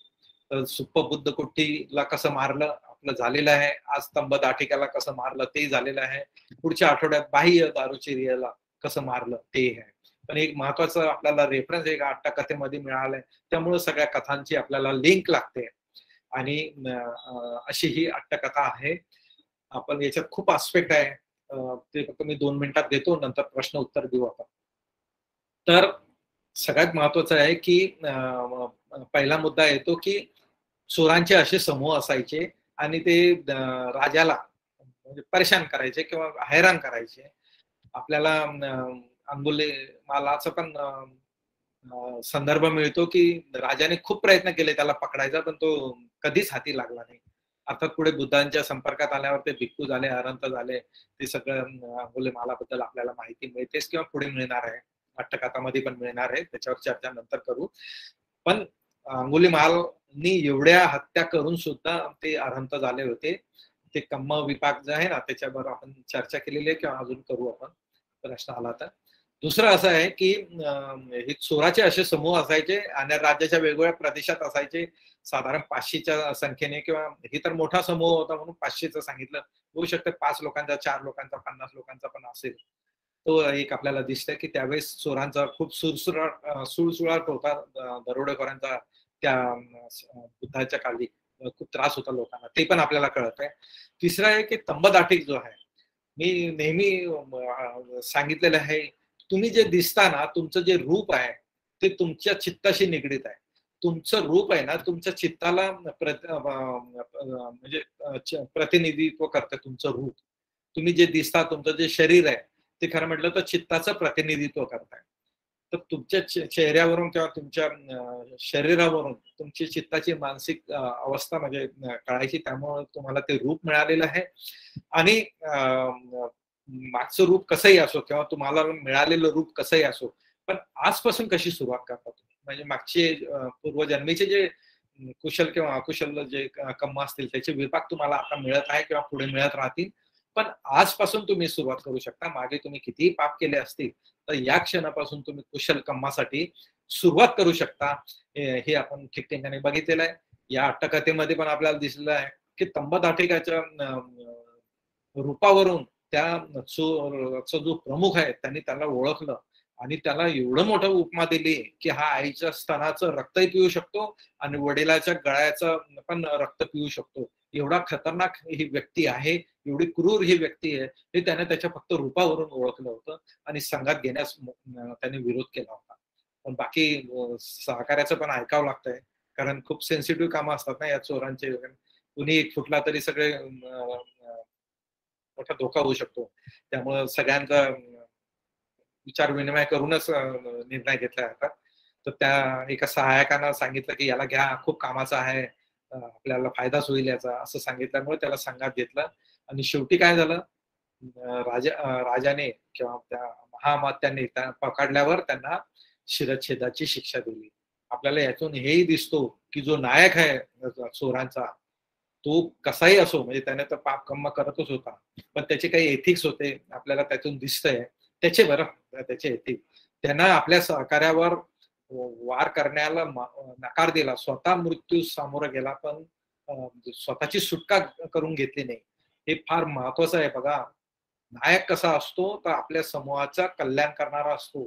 आपल्याला बोधिसत्व दिसतो ना, बोधिसत्व वानर आहे, बोधिसत्व पक्षी आहे किंवा कोणता प्राणी आहे, हरण आहे, त्यांनी प्रत्येक वेळेस आपल्या समूहाचा विचार केलेला आहे, समूहाला संकटापासून वाचवलेलं आहे. तुम्ही किती जातक अट्टकथा बघा, प्रत्येक वेळेस आपल्याला बोधिसत्वाचे नेतृत्व गुण दिसतात. इथेही आपल्याला या नायकाचा तो गुण दिसतो की खरा तो टीम लिडर आहे. नायकाचं ते एक विशेष गुण आहे की आपल्या सहकार्याचं जीव वाचवणं किंवा त्याला त्याच्याशी विरोध न करणं, त्यांना त्यांचं गद्दारी न करणं म्हणून तो आपल्याला त्या नायकाचा गुण दिसून येतो. आणि त्याच्यासोबत सगळे सहकारी पण एक दिलाने सगळ्यांनी विरोध केला एकमेकाला मारण्याचा, ते पण आपल्याला याच्यातून दिसून येते. पण हा जो पिंगल केसावाला जो होता तंबदाठिक, याने मात्र त्याच्याशी अनुरूप नव्हता. त्यांच्याशी अनुरूप नसल्यामुळे त्यांनी 499 लोकांना मारून टाकला आणि स्वतःचा जीव वाचवला. तर असे पण लोक असतात म्हणजे समूहामध्ये की सगळं संघ गेला, बरबाद झाला तरी चालेल, पण मला माझं स्वतःचं अस्तित्व ठेवायचं का माझा स्वतःचा स्वार्थ ठेवायचा. तर त्या अर्थाने पण तुम्ही या अट्टकथेकडे बघू शकता. आणि त्याला नंतर नोकरीच मिळाली. इतर समूहही आपल्याला दिसले की इतर नायकही चोराचे होते, त्यांनी पण एकमेकाला न मारण्याचं ठरवलं, पण स्वतः मृत्यू पत्करला. इतर दक्षिण उत्तर चारी बाजूने जे चोर समूह पकडले गेले होते ते पण आपल्याला दिसतं की यांची म्हणजे युनिफॉर्म कोड दिसतोय त्यांचा वागण्याचा किंवा इमानदारीचा, ते एक दिसतंय. आणि याने सगळ्यांनाच मारून टाकलं. आणि ते पण दिसतंय की रोज एक दोन लोकांना तो मारायचा. तर असे छोट्या मोठ्या शिक्षा दिल्या जायच्या. शिक्षेचा प्रकारही आपल्याला दिसतो की चोऱ्या करणारे, दरोडे खोलणारे, म्हणजे नाकी नऊ आणणारे, राज्य कारभारात ढवळाढवळ करणारे किंवा त्याच्यामुळं नागरिकांना जो त्रास होत होता, यांचा कायमचा बंदोबस्त कसा करायचा, तर यांना मृत्यूदंड द्यायला पाहिजे असं पण आपल्याला दिसतंय. बऱ्याच जातक अट्टकथेमध्ये पण त्याचे संदर्भ येतात की एखादा अशी शिक्षा काही गुन्हा केला तर त्याला मृत्यूदंडाची शिक्षा. मृत्यूदंड कसा कसा द्यायचा त्याच्यावर पण आपल्याला खूप संदर्भ मिळतात. कोणाला हत्तीच्या पायाखाली द्यायचं, कधी कोणाला वाजत गाजत नेऊन फाशीवर न्यायचं, किंवा इथे त्याला सांगितलंय की परशुने त्या डोकी उडवा. तर असे आपल्याला मृत्यूदंडाचे वेगवेगळे प्रकारही आपल्याला अट्टकथेमध्ये दिसतात. पुढे आपल्याला दिसतंय की हा तंबदाटिक जो आहे की आयुष्यभर यानं लोकांना मारत राहिला, पण कधीही स्वतः सुखानं खाल्लं नाही किंवा चांगले कपडे किंवा असं प्रसन्न चित्ताने तो राहिला नाही. ही पण एक महत्वाची गोष्ट आहे. आणि त्याला एकाच दिवसात एवढा मोठा लाभ झाला. त्यानं ठरवलं की मी आज चांगले आंघोळ करतो, चांगलं सुवासिक लावतो, तेल अत्तर वगैरे जे काही चांगले कपडे घालतो, चांगलं भोजन करतो, असा काय विचार केला. आणि त्याचं नशीब असं होतं की त्यावेळेस सारीपुत्र थेराने पण त्यावेळेस विचार केला आणि त्याला स्वतःपन्न फल प्राप्त करून दिलं. त्याने पण तो विचार केला. तो प्रसन्न होताच. तो सकाळपासून नदीवर गेला, आंघोळ वगैरे करून त्याचं चित्त तर प्रसन्न होतच. घरी आल्यावर जेवण तयार होतं. खूप दिवसाची त्याची इच्छा होती चांगलं भोजन करण्याची. ते पहिल्यांदाच त्याला मिळत होतं. पण त्याचं भोजन होण्याआधीच सारीपुत्र थेर पोहोचले आणि त्याने स्वतःचं सोडून पहिले सारीपुत्र थेराला भोजन दान दिलं, जी की परंपरा आहे. आणि ती त्यानं किती क्रूर कर्म असला तरी त्याच्या चित्तात झालेला बदल त्याला खूप मोठं फळ देण्यात त्याचा निष्पत्ती झाली. हे सगळं आहे ना बारकावे जर तुम्ही अट्टकथा वाचली तर तुम्हाला कळतील. आणि पुढे मग ते बुद्धाने तेच कसं व्यवस्थित वर्णन केलं, कशी गाथा सांगून इतरांना स्वतः प्रतिफल प्राप्त करून दिलं, हे आपल्याला या अट्टकथेमधून दिसतंय. आणि हा जो तंबदाटिक जो आहे, जो क्रूर कर्म आहे, तो दूषित लोकात उत्पन्न झाला, अशी ही अट्टकथा आहे. मी ही अट्टकथा इथेच थांबवतो. आपण आयोजकाच्या परवानगीने आपण प्रश्न उत्तराचं काही असतील कोणाला तर त्याच्यावर आपण चर्चा करू शकतो. मी अट्टकथा इथेच थांबवतो. धन्यवाद सर. माझ्या सर्व बांधवांना एक विनंती करीते मी की आपल्याला जर काही शंका असतील किंवा काही कुणाचे प्रश्न असतील तर आपण प्लीज विचारावेत. मनीष जाधव यांचा प्रश्न आहे सर, तशीत लोक म्हणजे काय? हो, ते पण घेतो मी. ऍक्च्युली ना तो 31 प्लेन्स ऑफ एक्झिस्टन्स आहे. मॅडमने माझी ओळख करून देताना सांगितलेलं आहे. आधी त्याच्यावर चर्चा पण झालेली आहे. तर पहिले तर त्यांना मी विनंती करतो की आधीचे जे युट्यूबवर जे अट्टकथा झालेल्या आहेत त्या जरूर ऐकण्याचा प्रयत्न करा. म्हणजे ना ग्रॅज्युअली तुमचा धम्म समजून घेण्याचा कळेल तुम्हाला.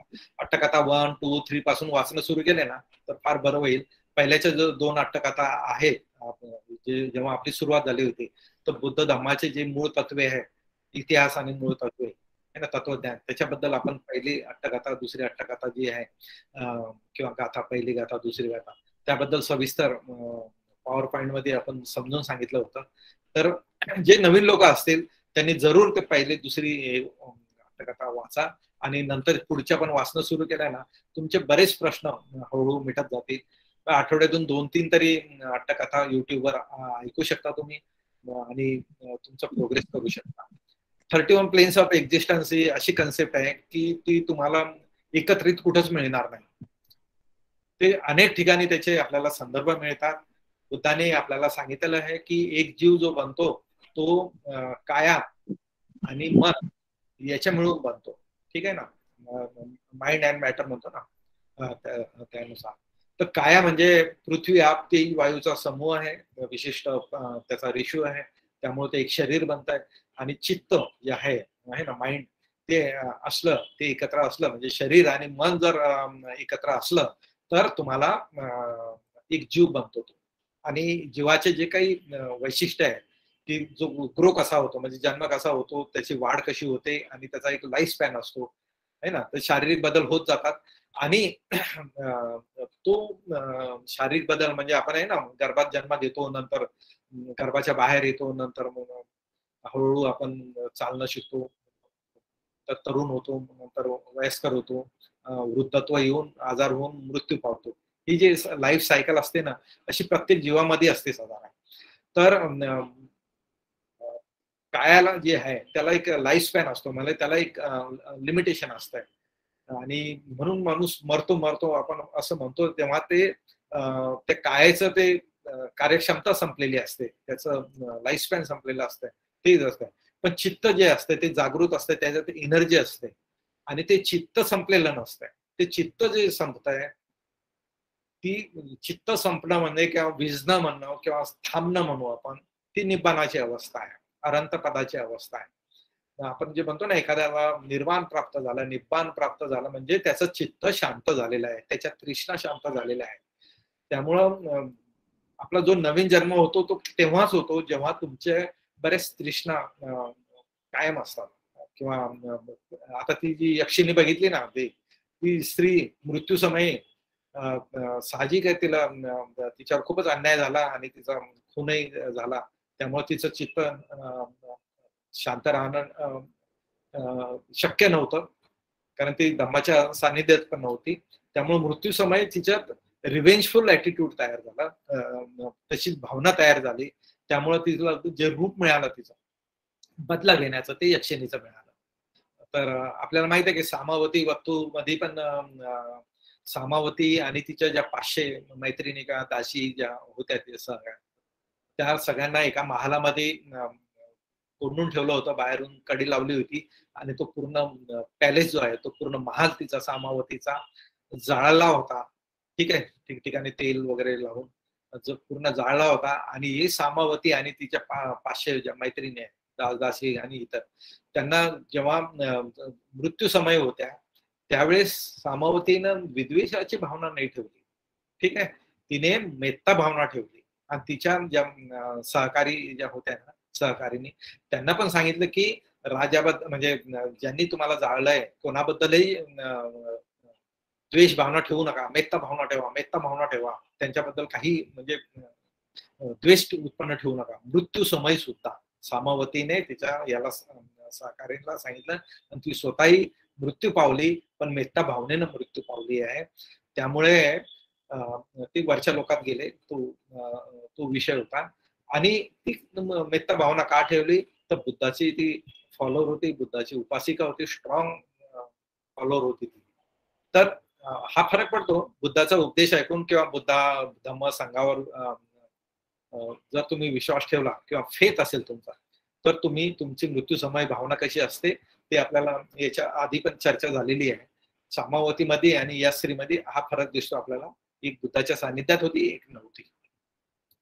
ठीक आहे, तर हे याचा मला सांगण्याचं कारण हे आहे की जेव्हा तुमचं चित्त पूर्ण शांत झालेलं नाहीये, तृष्णा बाकी आहे, द्वेष बाकी आहे, अटॅचमेंट, अविद्या, हे सगळ्या गोष्टी बाकी असल्यामुळे ना तुमचा नवीन जन्म होतोच होतो. कारण हे शरीर जेव्हा तुमचं कम्फर्टेबल नाहीये चित्ताला, तर चित्त नवीन ठिकाणी जन्म म्हणजे नवीन काया शोधतोय, आणि जिथं कम्फर्टेबल आहे तिथे एक त्याचा नवीन जन्म होतो. तर तो त्याच्यावर एक माझं लेक्चर पण आहे, तुम्ही फेसबुकवर जर बघितलं, how to die in Buddha's way आहे ना, बुद्धाने मृत्यूवर दिलेलं भाष्य, एक अवलोकन, असं एक व्हिडिओ पण आहे. जर कोणाला सविस्तर जर बघायचा असेल तर तो तुम्ही बघू शकता. पण इथे असं आहे की मग मृत्यूनंतर तुमचा जन्म कसा मिळेल, तर तुमचा कर्म आणि विपाक जो आहे, मृत्यू समय तुमचं चित्त कसं आहे त्याच्यावर अवलंबून असतो.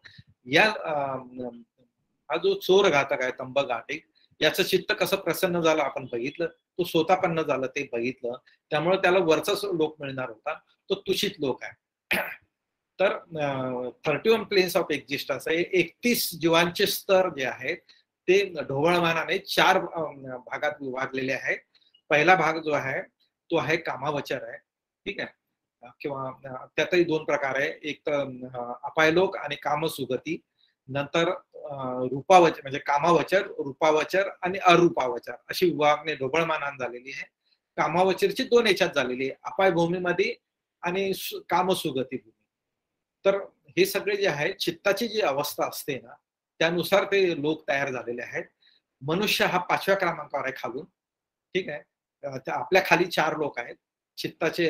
त्यात यक्ष असेल, असुर असेल है ना, नंतर तिरछान म्हणतात किंवा प्राणी आहे ना, पशु पक्षी प्राणी, तो एक लोक आहे. आणि निरय म्हणजे नरक असं जे हेल आहे ते सांगितलेलं आहे. खाली 4 आहे आणि मनुष्य जो 5व्या क्रमांकावर आहे. 31 लोक जे आहेत त्यातल्या खालून जर वरच्या शिडीवर गेलं तर आपण 5व्या क्रमांकावर आहे. आणि मनुष्याच्या वरचे जे लोक आहेत 26 लोक आहेत ते सगळे देवलोक म्हटले गेलेले आहे. तर फक्त मी 2-4च देवलोक सांगतो म्हणजे तुम्हाला तुषित बद्दल माहिती मिळून जाईल. मनुष्याच्या वर जो आहे तो चातुर महाराज लोक आहे. ठीक आहे. आणि चातुर महाराज जो लोक आहे तो तुम्ही कुबेर नाव ऐकलं असेल आहे ना, कुबेराचं नाव ऐकलं असेल. त्याला वेसवन महाराज पण म्हणतात. 4 दिशेचे 4 महाराज आहे म्हटले जातात. त्यात धतरट्ट आहे, विरुलक आहे, विरूपक्ष आहे आणि वेसवन आहे म्हणजे कुबेर आहे. कुबेर यक्षाचा राजा आहे. विरूपक्षचं नाव तुम्ही ऐकलं असेल. विरूपक्काचे बरेच मंदिरं आहेत ते याच्यात दिसतील तुम्हाला कुठे. बरेच चायनीज किंवा आर्टिस्टला गेले तर तुम्हाला विरूपक्काचे बरेच मंदिरं दिसतील. ठीक आहे. नागांचा राजा, नाग लोक आहे ना त्यांचा राजा आहे सगळ्यात मोठा महाराजा. तर असे प्रत्येक हे जे 4 महाराज आहे 4 लोक दिशेचे 4 लोक आहेत. त्याचा पुढे तुम्हाला इथे सविस्तर सांगत नाही मी. त्याच्या वरचा लोक जो आहे ना तो तावतींस लोक म्हणतो. म्हणजे 7व्या क्रमांकावर जो आहे तावतींस लोक आहे तो म्हणजे स्वर्ग, हेवन, काय शब्द जन्नत जो काही शब्द द्यायचा तो द्या तुम्ही. पालीमध्ये तावतीस लोक आहे आणि नंतर सद्द असा पण शब्द आहे म्हणजे स्वर्ग. तर स्वर्गाच्या ज्या काही कल्पना आहेत त्या याच्यात बराच उल्लेख आलेला आहे. पण तो आपल्या बुद्धाच्या टीचिंग मध्ये तो अंतिम लोक नाहीये, सगळं सर्वश्रेष्ठ लोक नाहीये. तावतीसच्या वरही भरपूर लोक आहेत. हा जो तावतीस लोक आहे म्हणजे स्वर्ग आहे हा 7व्या क्रमांकावर आहे. ठीक आहे. तर या 31 प्लेज मध्ये 7व्या क्रमांकावर आपण म्हणतो ना 7वा आसमान. बरेच वेळा सिनेमाचं नाव पण आहे. अरे 7वें आसमान पे पहुंचा क्या असं म्हणतो. याचा अर्थ तू स्वर्गात पोहोचलाय का म्हणजे स्वर्ग सुख उपभोगतोय का. किंवा अरे वो तो बहुत खुश आहे वो 7वें आसमान पे आहे असं म्हणतो आपण. याचा अर्थ की तो खूप सुखी आहे, खूप धन संपत्ती आहे असं त्याचा अर्थ होतो. पण इथे तावतीचा एक लोक आहे, एक अबोड आहे. त्याचे सविस्तर वर्णन तुम्हाला मिळतील लेक्चर मध्ये. त्याच्यानंतरचा जो आहे तो यामलोक आहे. ठीक आहे. स्वर्गाच्या वर यामलोक आहे आणि त्याच्यावर आहे तुषित लोक. तर तुषित लोक जे आता एक प्रश्न विचारला होता त्या संदर्भात मला सांगायचं आहे की तुषित म्हणजे ना सगळ्यात कामावचर लोकांमधला सगळ्यात हॅपी वर्ल्ड सांगितलं जातं. सगळ्यात सुखी देवलोक म्हटला जातो. आपल्याला माहित आहे की सिद्धार्थ गौतम मी जेव्हा मनुष्य योनीत जन्म घेतला तो त्यांचा शेवटचा जन्म होता म्हणजे गौतम बुद्धाचा. सिद्धार्थ गौतम म्हणून मनुष्य म्हणून त्याचा शेवटचा जन्म होता. पण ते आले कुठून, त्याचा आधीचा जन्म कुठं आहे तर तो आहे तुषित लोकात होते ते. त्याच्या आधीचा जन्म कुठं होता तर ते वेसंतर राजा होते हे ना. वेसंतर जे सगळ्यात शेवटचं जातक आहे तिथून ते तुषित लोकात जन्म झाला. तुषित लोकातून ते मनुष्य लोकात आले सिद्धार्थ गौतम म्हणून आणि पुढे गौतम बुद्ध झाले. आपल्याला दुसरा उल्लेख तो पण मिळतो की महामाया आहे जे म्हणजे सिद्धार्थ गौतमाची आई आहे. ती सिद्धार्थ गौतमाचा जन्म झाल्यानंतर 7व्या दिवशी त्यांचा मृत्यू झाला तेव्हा त्या तुषित लोकात उत्पन्न झाल्या. आपल्याला तिसरा पण रेफरन्स दिसतो की अनाथ पिंडक जे आहे की एवढे दानशूर होते ते पण आपल्या मृत्यूनंतर ते तुषित लोकात उत्पन्न झाले होते. तर तुषित लोक हा सगळ्यात चांगला देवलोक म्हटला जातो कामावचनाचा. ठीक आहे. त्याच्यानंतर ते बाकीचे सोडून द्या. त्याच्या पुढे ना 11, 12, 13 हे ब्रह्मलोक आहे म्हणजे 12, 13, 14 या क्रमांकावर. आणि त्याच्यावर मग पुढे 28 पर्यंत म्हणजे 12 पासून ते 28 पर्यंत रूपावचर लोक आहे आणि त्याच्यावर अरूपावचर लोक आहे. अशी साधारण विभागणी आहे. आपण त्यात जास्त जाऊ नये कारण तो विषयच 3-4 तासात न संपणार आहे. फक्त तुषित लोक हा कामावचर मधला एक चांगला देवलोक आहे असं इथपर्यंत एवढं समजा. बाकीचे मग ते व्हिडिओ बघा, जुने लेक्चर ऐका, तुम्हाला कळेल. अजून कोणाचा प्रश्न असेल तर एक प्रश्न आलेला आहे. हा बोला. की एक शंका आहे की महामाया तुषित मध्ये की तावतीस लोक मध्ये. कारण बऱ्याच जणांना कन्फ्युजन आहे. चांगला प्रश्न आहे मॅडम, तुमचा प्रश्न चांगला आहे. कारण काय झालं की असं म्हटलं जातं की बुद्धाने आपल्या आईला म्हणजे महामायाला धम्मदेसना दिली. म्हणजे महामायाच्या मृत्यूनंतर दूषित लोकात त्या उत्पन्न झाल्यानंतर बुद्धाने अभिधम्म शिकवला त्यांना. म्हणजे आपल्या आई वडिलांना धम्म सांगणं ही फार मोठी घटना असते आणि बुद्धाने एक विशिष्ट कार्यक्रमानंतर आहे ना एक मोठे मिरॅकल केल्यानंतर मग कुठे जायचं तर मग आता आपण आईला अभिधम्म शिकू असं हे केलं. तर ऍक्च्युली तेव्हा आहे ना बुद्ध 33 लोकांमध्ये गेले होते. आपल्याला माहित आहे त्यावेळेचा सक्क देवराजा जो आहे जो इंद्र आहे त्यांनी खूप चांगला एक पॅलेस बांधला होता वैजंता पॅलेस आणि तिथे सुदामा हॉल होता. म्हणजे खास म्हणजे सगळे देव लोक तिथे येऊन चर्चा करायचे आणि बुद्धही बऱ्याच वेळा त्या सुदामा हॉलमध्ये जायचे आणि धम्मचर्चा करायची. तर अभिधम्म शिकवायला जेव्हा बुद्ध गेले होते ते 33 लोकांमध्ये गेले होते. हा बरोबर आहे. अभिधम्मची देशना तर 33 मध्ये दिली. मी तेच सांगतोय की बुद्ध 33 लोकांमध्ये गेले आणि इतर लोकात जे आहेत इतर अबोड मधले किंवा इतर लोकातले जे देव आहेत ते 33 लोकांमध्ये आले धम्मदेसना ऐकायला. तर तुसित लोकांमधून पण लोक 33 लोकांमध्ये आले. खालचे लोक जे आहेत ना खालचे देवलोक वरच्या देवलोकात जाऊ शकत नाही कारण वरचे देवलोक आहे ना जास्त पॉवरफुल असतात. हे यांच्यात तेवढी पॉवर नाही की तिकडे जाऊ शकते. पण वरचे देवलोक खालच्या देवलोकात येऊ शकतात. म्हणून बुद्धाने जे अभिधम्म जो सांगितला आपल्या मातेला तो 33 लोकांमध्ये सांगितला आणि त्यांची आई जी आहे महामाया ती तुषित लोकातून म्हणजे इतर देवासोबत ती 33 लोकांमध्ये आली. ठीक आहे. Okay sir. हा अजून काही कोणाला प्रश्न आहे का प्लीज विचारा. हॅलो सर माझा एक छोटासा क्वेश्चन म्हणजे प्रश्न आहे. हा तर सर ते मी तिथे जे म्हणजे आजचं जे वाचलं होतं मी तर तिथे येगू म्हणून जसं खीर वगैरे म्हणतात ना खीर येगू हे असे सांगितले होते त्याने त्या जो म्हणजे हे करत होता ना हा यागू यागू. तर सर यागू म्हणजे सर काय आहे? यागू म्हणजे खीर असतात. पण सर तिथे खीर तर नावाचा उल्लेख आहेच आणि परत खीर नंतर यागू म्हणून पण उल्लेख केलाय. म्हणून मला वाटलं खीर तर आहेच आहे पण यागू आणखी विशेष काहीतरी आहे. ऍक्च्युली काय आहे ना की तो एक आपल्याकडे ना आपण कसं पंचपक्वान्न बनवतो की नाही तर वेगवेगळे पदार्थ बनवतो की नाही तसं यागो म्हणजे खीर म्हटलं जातं किंवा विशेष प्रकारचं पेय म्हटलं जातं. दुधाने बनवलेला यागू. सर मी बोलू. अच्छा अच्छा मग पेयच असेल सर. नमो बुद्धाय. म्हणजे मी असं सांगू इच्छिते की आपल्या थोरल्या मॅडम जेव्हा ब्राह्मण संयुक्त शिकवलं तर त्याच्यामध्ये ते तर ही यागू जेव्हा ब्राह्मण ऋषी यज्ञ करायला बसतात आणि त्यावेळेस ते जी यागू बनवतात ती खीर नाही ते यागू बनवतात आणि ते वाट बघतात की हे यागू खाण्याजोगं कोण आहे. तर तिथे तथागत बसलेले असतात पण ते म्हणतात का तू मुंडक आहेस मी तुला हे देऊ शकत नाही कारण तू अपात्र आहेस. मग ते त्यांची पात्रता दाखवून देतात. तर तो यागो म्हणजे यज्ञाच्या वेळेस जो तयार केलेला असतो. तसं काही नाही मॅडम तसं नाही आहे. यज्ञाच्या वेळेस बनवतात तो यागू असं इतर वेळेस यागू बनवतो पदार्थ आहे तो केव्हाही बनवतात. त्या चोर घातकाने यागू बनवला कोणता यज्ञ केलाय. फक्त तो एक प्रसंग आहे. त्या तुम्ही जे उदाहरण देताय ना त्या यज्ञाच्या वेळेस त्यांनी जे बनवलं होतं तो कोणाला द्यायचं पहिले असा तो संदर्भ आहे. यज्ञाच्या वेळेस यागू बनवतात असं नाही आहे. यागू केव्हाही बनवतात. हा घरगुती बनवणारा पदार्थ आहे. स्वीट डिश आहे असं गृहीत धरा तुम्ही.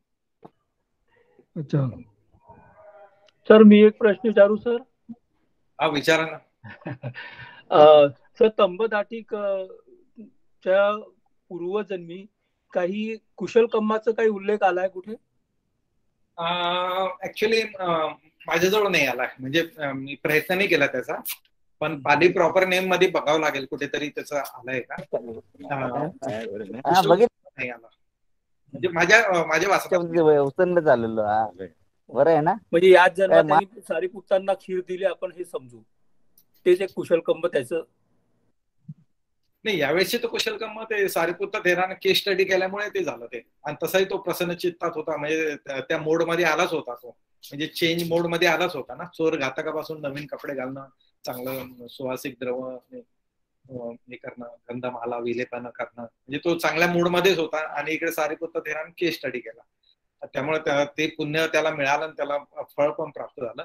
फक्त त्याने आधी असं काही कर्म केलं होतं का ज्याच्यामुळे सारिपुत्त थेरांच्या संपर्कात आले? माझ्या वाचनात ते आलं नाही.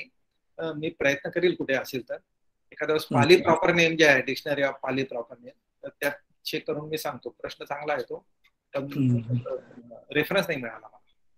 Okay, thank you sir. अजून काही विचारायचंय कुणाला? सर खूप खूप धन्यवाद तुमचे. आपण आम्हाला बहुमूल्य वेळ दिलात आणि खूप छान असं मार्गदर्शन केलं. आमच्या सर्व प्रश्नांचं आणि सर्व गैरसमज शंकांचं आपण निरसन केलं, म्हणून सर खूप खूप आपले धन्यवाद सर. आणि त्याचबरोबर धम्मसाखतच्या ग्रुपचे सर्व सभासद आणि या ठिकाणी जुडलेले जे सर्व माझे धम्म बांधव भगिनी जे आहेत, त्यांचेही मी या ठिकाणी आभार व्यक्त करते. आणि रजनी अडसुळे ताई यांना मी धम्मपालन गाथा करण्यास मी विनंती करते ताईंना. ताई, धम्मपालन गाथा आपण म्हणावी.